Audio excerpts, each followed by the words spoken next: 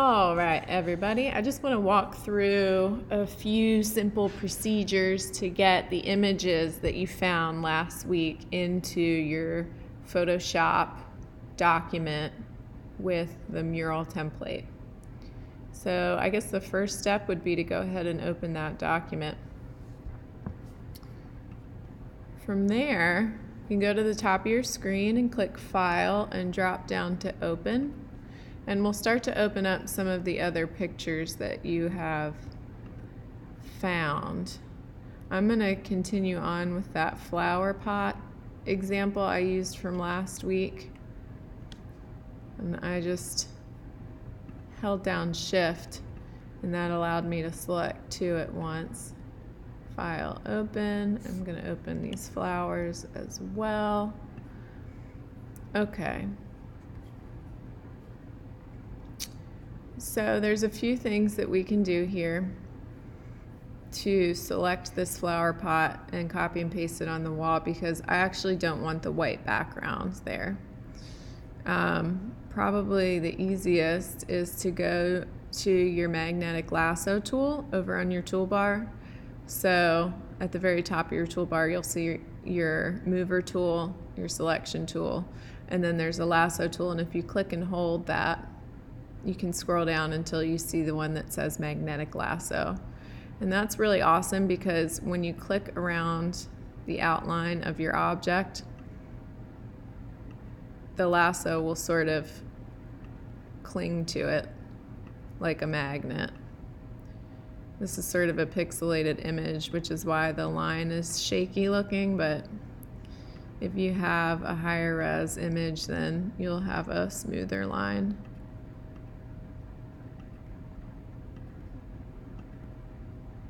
And as I'm going around, I'm clicking, and that sort of locks my line in place. So if I get off track or go too far out, I don't get stuck with a windy line.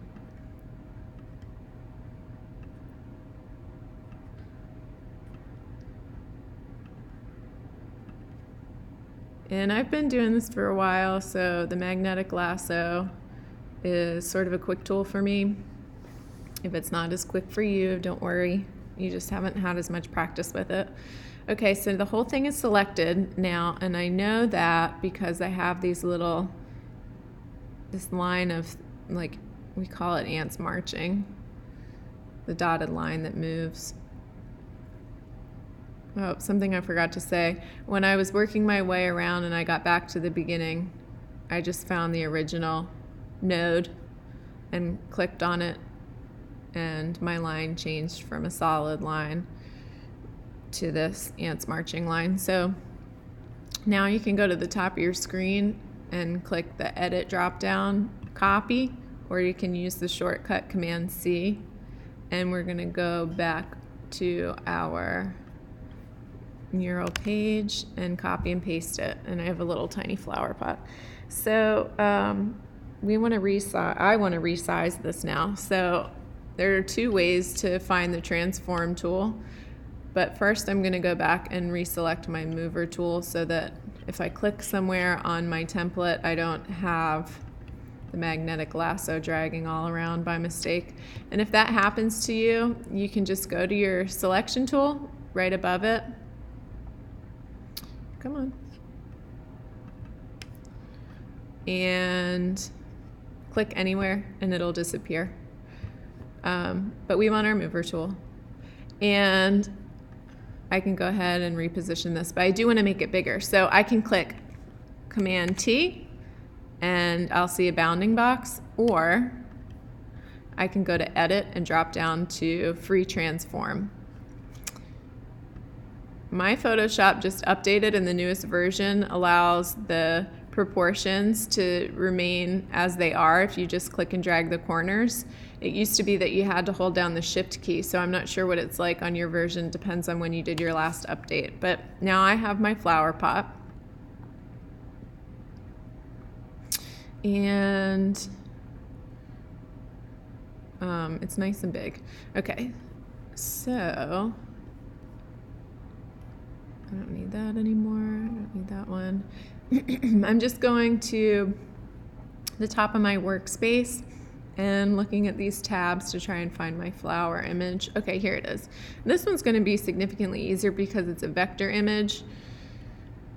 So I can literally just copy and paste the whole thing and the checkered background disappears. But I do still have these weird dotted lines. So I'm going to Command T because I want to make it bigger, and that'll make it easier for me to see what I need to work on. Enter, and I am just going to use my eraser tool now.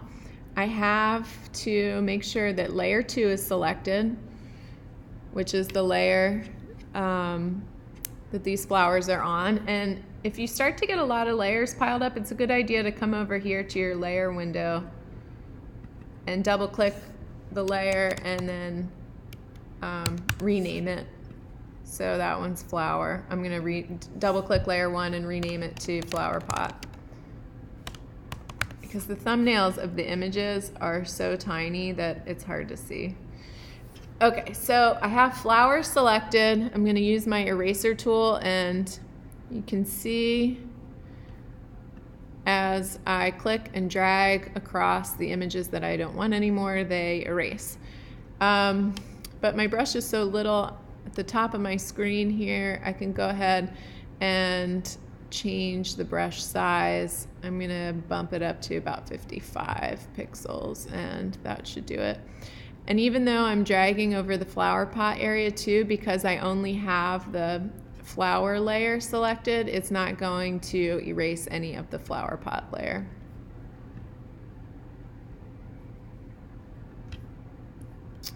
Okay.